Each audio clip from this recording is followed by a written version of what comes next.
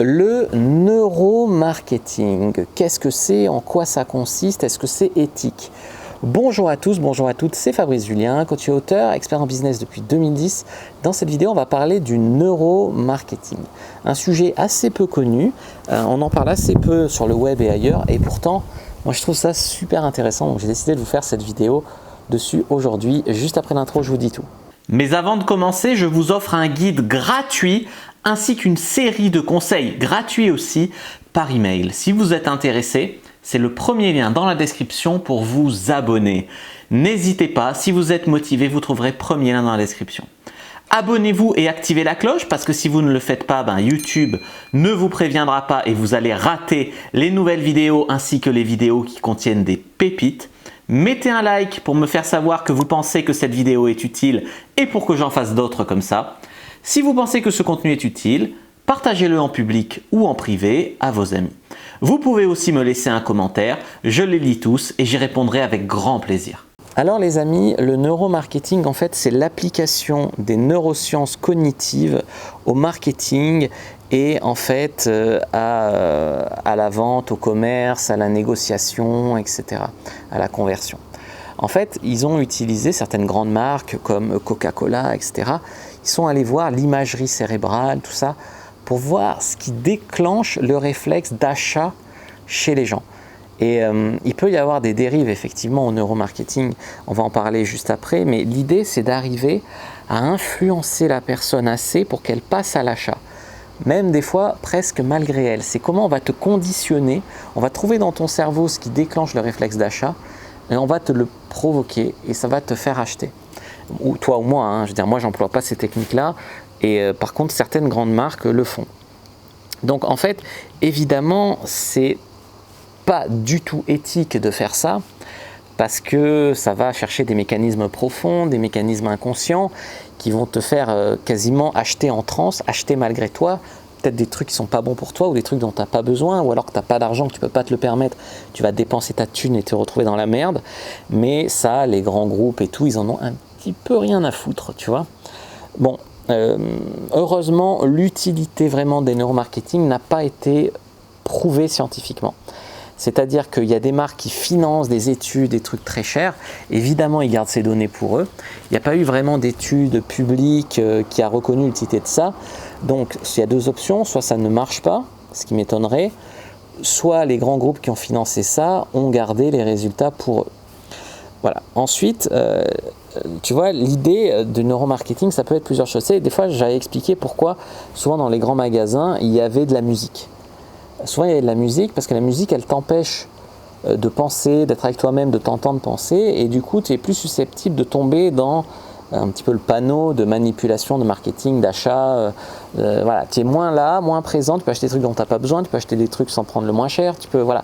Donc ils ont fait des études, ils ont montré que la musique dans les grands magasins ça a augmenté le panier moyen du client et donc ils ont mis de la musique dans les grands magasins. C'est quelque part presque ça le neuromarketing. Le neuromarketing ça peut être aussi le fait de ramener l'expérience chez soi plus que le produit. Pourquoi Abercrombie et Fitch, là, ils mettent des beaux gosses à l'entrée, machin, les nanas, elles viennent, ou les mecs, ils ramènent l'expérience d'être dans ce magasin quand ils achètent le produit. C'est pas que le jean, il est mieux qu'ailleurs, mais par contre, il est plus cher, tu vois, par exemple. Voilà, ça c'est un exemple. Coca-Cola, ils sont connus aussi pour le neuromarketing, etc.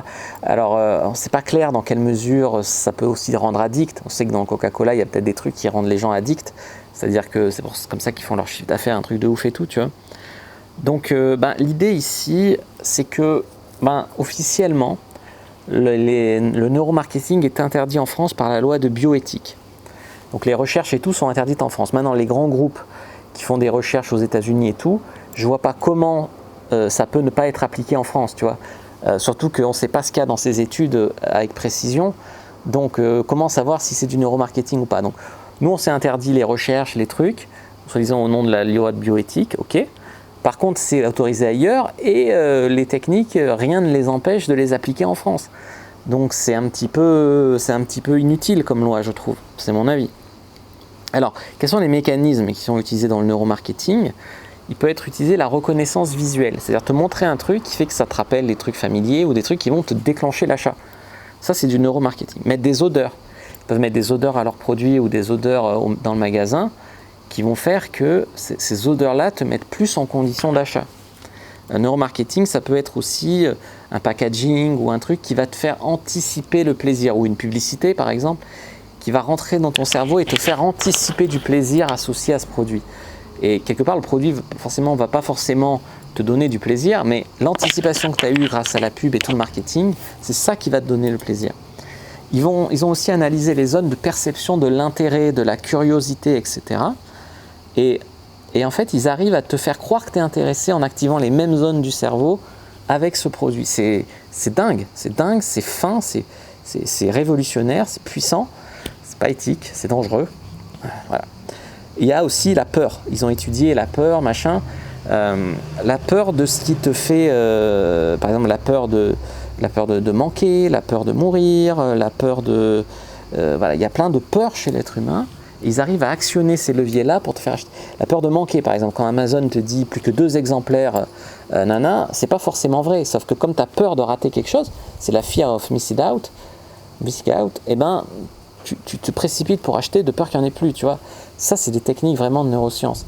On pourrait même exagérer ça, c'est un petit peu osé, mais au vaccin Covid, dans le sens où on te donne une autorisation temporaire, donc c'est-à-dire qu'on ne sait pas si ça sera encore autorisé plus tard, c'est-à-dire qu'on se doute qu'on ne sait rien de ce vaccin qui a été sorti à une vitesse folle et qui aussi utilise des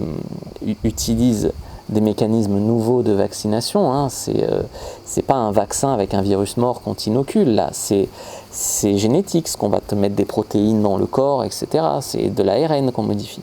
On l'appelle vaccin, mais c'est pas un vaccin, c'est une thérapie génique, d'accord. Donc ça, on a une autorisation temporaire parce qu'effectivement, on ne sait pas si ça ne va pas déclencher des leucémies, il y a quand même des risques hein, quand on modifie le génome des gens à échelle comme ça. Et on veut te le rendre obligatoire. Alors comment ce tour de passe-passe? Évidemment, sans doute on veut te le rendre obligatoire pour vendre. C'est-à-dire qu'il y a des lobbies derrière. Lobby pharmaceutique, ils touchent 400 € par vacciné ou plus, tu vois. Donc si c'est rendu obligatoire, ça fait des milliards et des milliards d'euros, des millions de gens vaccinés, tu vois. Donc comment ils vont pousser les gens à demander d'eux-mêmes la vaccination obligatoire en faisant peur, en te faisant peur d'un truc, moi je l'ai eu, c'était un rhume, hein, c'était le rhume 19. Donc en te faisant peur, en te faisant croire que tu n'es pas un bon citoyen, en jouant sur des leviers de manipulation comme ça, ils arrivent à faire que les gens, ils rentrent dans leur tête, ils leur font peur, les gens vont demander d'eux-mêmes à avoir une saloperie dans le corps, voilà. Et si ça ne suffit pas, ils vont demander d'eux-mêmes l'obligation pour les autres. Tu vois? C'est-à-dire que les médecins, par exemple, on les a applaudis, ils nous ont sauvés, et machin, ils ont sauvé des gens à l'hôpital. Et aujourd'hui, pour les récompenser, ce qu'on dit, c'est, ce que disent les médias, c'est un médecin, il n'est pas vacciné, il n'est pas responsable, il faut qu'il aille au bout de sa démarche pour aider les gens, pour sauver les gens, il faut qu'il se vaccine. Si le mec il n'est pas malade, qu'est-ce que ça fait? En plus c'est un vaccin. Comment on passe de les États-Unis sont quasiment tous vaccinés, Israël aussi, ils reconfinent quasiment ou ils remettent le masque parce que il y a une recrudescence du Covid, donc il faut tous se vacciner. Alors que dans ces pays où ils sont quasiment tous vaccinés, il y a une recrudescence du Covid. Comment on arrive à la conclusion qu'il faut vacciner obligatoirement tout le monde? C'est dingue, c'est juste fou. C'est la peur qui disjoncte le raisonnement des gens et qui fait qu'ils en arrivent à demander des trucs aberrants et surtout à être ingrats envers les soignants. Et on ne se demande jamais pourquoi les soignants, le personnel de santé, les médecins sont un petit peu réticents à se faire vacciner. Pourquoi une telle réticence? Alors que c'est des gens qui comprennent ce qu'ils font, qui comprennent ce qu'il y a dans ce vaccin. D'où quelqu'un qui n'a jamais fait de médecine, qui ne sait même pas de quoi il parle, va les obliger à se vacciner, eux qui savent ce que ça implique, ce qu'il y a dedans. On ne se demande pas pourquoi le personnel de santé ne veut pas se faire vacciner. Au lieu de ça, on veut les obliger à se vacciner. C'est dingue. Moi, je trouve ça dingue. Donc voilà, je vous invite à réfléchir. Est-ce que le peuple ne se fait pas neuro-marketer? Est-ce qu'ils n'additionnent pas la peur, la preuve sociale, tous ces trucs, les positions d'autorité exagérées, les raisonnements foireux pour obliger les gens. Par exemple, c'est du marketing d'appeler vaccin un truc qui est une thérapie génique. C'est du marketing, c'est un mot qui est appliqué pour ce qu'il n'est pas, sur un truc rassurant. Du coup, on te dit tu es anti-vaccin si tu ne veux pas te faire vacciner. Ben non, moi j'ai tous mes vaccins à jour, mais je ne suis pas très très chaud pour aller me faire insérer des protéines dans le corps. Voilà. Voilà, je suis pas très chaud. Ça veut pas dire que je suis anti-vaccin. Ça veut dire que ça, c'est pas un vaccin et que je suis pas très chaud. Et d'ailleurs, je suis immunisé. Le Covid, je l'ai eu il y a pas longtemps, donc c'était pas grand-chose. Je suis immunisé. Comment tu peux immuniser quelqu'un avec un vaccin si la maladie elle-même, ça devrait suffire à t'immuniser, tu vois? Donc c'est juste fou toute cette histoire. Donc voilà les amis, bon on a un petit peu dérivé, mais en tout cas voilà sur le neuromarketing. Donc faites attention à ne pas vous faire manipuler, vous faire mettre dans la merde en vous faisant manipuler par le neuromarketing les amis. En plus c'est tellement dingue qu'ils en arrivent à dire qu'il faut se vacciner pour protéger les populations les plus faibles qui sont elles-mêmes déjà vaccinées. Ce qui est quand même un raisonnement assez fou. Donc soit le vaccin protège, soit il ne protège pas. S'il ne protège pas, on se pose les questions de pourquoi le rendre obligatoire. S'il protège, on se demande les questions de pourquoi se vacciner avec ce truc tangent pour aider les personnes qui sont déjà vaccinées à ne pas l'avoir. Il y a des trucs qui m'échappent moi, vraiment. N'hésitez pas à regarder d'autres vidéos qui s'affichent à l'écran si ça vous a plu. Vous savez quoi faire, téléchargez votre formation offerte dans la description de la vidéo. Moi je vous dis à bientôt et que j'ai du business. Surtout avec vous les amis.